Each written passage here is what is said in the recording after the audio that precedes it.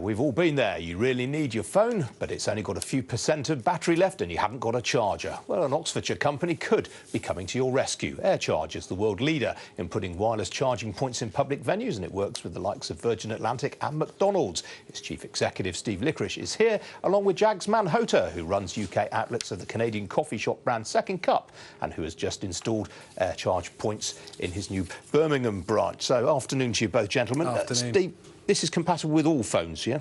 Yeah, I mean, wireless charging, the handset manufacturers have slowly been building it in, and then the two big ones, Samsung and Apple, took the leap of faith, Apple being the last one to fall in line a couple of years ago. Well, that's it. I mean, they don't always like their technology to be compatible with Android platforms, do they? Yeah, I mean, for this stuff to scale properly, though, globally, it needed a global standard, and Aircharge sit on the board of directors for the global standard, and fortunately, they've all fallen in line with the global standard. So how big do you think this market's going to become globally? So the forecasts are huge. I mean, by 2025, some of the industry forecasts a $75 billion turnover revenue.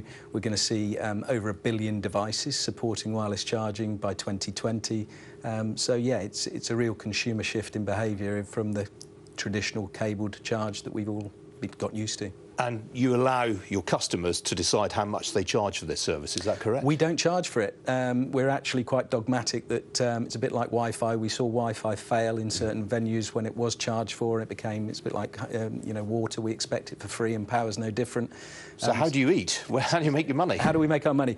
Generally through the advertising opportunities and the engagement opportunities and driving footfall. So, with Jags coffee shop, we were able to prove that we could drive more footfall into store for him to get his return on investment for investing in the hardware. So, Jags, are you charging?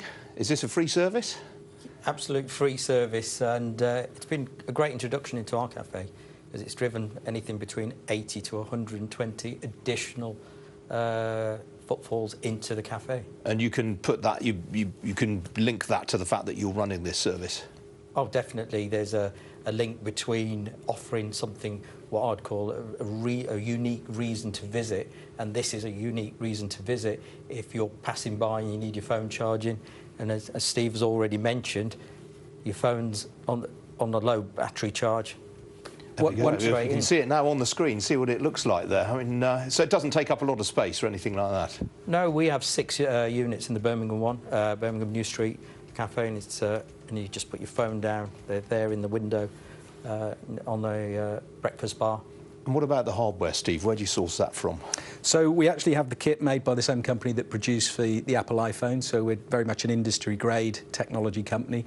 One of the ways we drive footfall, which we probably didn't mention, is a global app. So a little bit like when somebody wants to find Wi-Fi, we do the same with a global power finding app, and that's how we drive footfall, and the companies get free advertising and generate revenue by additional people coming in. And this is British technology?